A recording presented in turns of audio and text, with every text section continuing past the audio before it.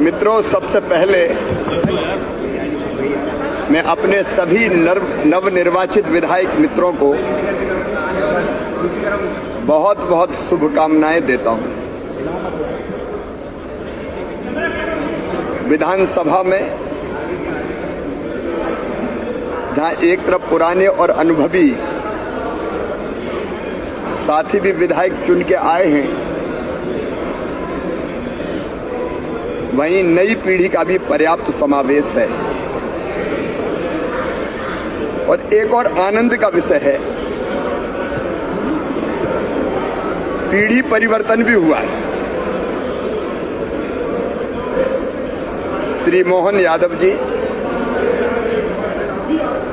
मुख्यमंत्री हैं, तो नेता प्रतिपक्ष भी उमंग सिंगार जी हैं। और पीढ़ी परिवर्तन एक स्वाभाविक प्रक्रिया है, दोनों पक्षों में देखने मिल रही है। और इसको हमको,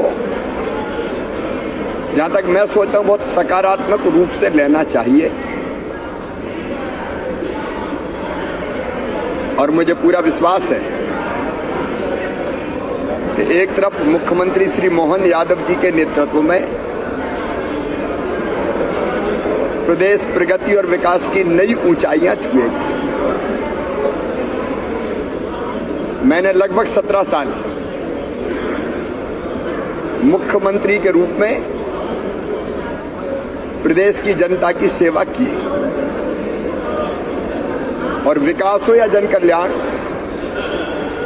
मुझे आत्मसंतोष भी और गर्व भी है कि अपनी जनता के लिए और प्रदेश के विकास के लिए मैं बहुत काम कर पाया। लेकिन स्वाभाविक रूप से एक राज्य के नागरिक के नाते मेरी यही इच्छा है कि श्री मोहन यादव जी के नेतृत्व में मुझसे बेहतर काम हो। सोचने के दो दृष्टिकोण हो सकते हैं। एक हो सकता है कि मैंने बहुत अच्छा किया, लेकिन नागरिक और अच्छे व्यक्ति के नाते अगर हम सोचें कि मैंने अच्छा किया, लेकिन मुझसे अच्छा मेरे बाद आने वाला मुख्यमंत्री करे। और मैं श्री मोहन यादव जी को, राजेंद्र शुक्ला जी को, जगदीश देवड़ा जी को और आने वाले मंत्रिमंडल को न केवल शुभकामनाएं देता हूं, बल्कि सकारात्मक और सक्रिय सहयोग करूंगा। विधायक दल के नेता के नाते वो हमारे भी नेता हैं, और दूसरे विधायक के नाते भी मैं विधानसभा को ईंट गारों का भवन नहीं मानता, पवित्र मंदिर मानता हूं। तो मुझे ये भाव भी नहीं है कि नहीं मैं तो बड़ा हूं। मैं विधायक हूं तो विधानसभा मेरा मंदिर है। और एक विधायक के नाते पूरी सक्रियता के साथ मैं विधानसभा में भी काम करूंगा। मेरी बुधनी क्षेत्र की जनता, जिसने बिना जाए मुझे सदैव भारी बहुमत से जिताया है, इस बार भी 1,05,000 वोटों से जीता हूं, तो वहां का विकास मेरी स्वाभाविक ड्यूटी है, कर्तव्य है। लेकिन प्रदेश की जनता की भी भावनाओं का प्रतिनिधित्व विधानसभा में होता है, वो भी मैं करता रहूंगा। और मैं बहुत आनंदित और प्रसन्न हूं आज विधानसभा में नए मित्र शपथ ग्रहण कर रहे हैं। और जिस ढंग से नई सरकार ने काम शुरू किया है, वो आनंद और प्रसन्नता देने वाला है। एक बार मेरी फिर शुभकामनाएं। मैं शिवराज सिंह चौहान, जो विधानसभा के सदस्य निर्वाचित हुआ हूं, ईश्वर की शपथ लेता हूं कि मैं विधि द्वारा स्थापित भारत के संविधान के प्रति सच्ची निष्ठा रखूंगा। मैं भारत की प्रभुता और अखंडता अक्षुण्ण रखूंगा तथा जिस पद को मैं ग्रहण करने वाला हूं उसके कर्तव्यों का श्रद्धापूर्वक निर्वहन करूंगा। मैं आज आभार प्रकट करता हूं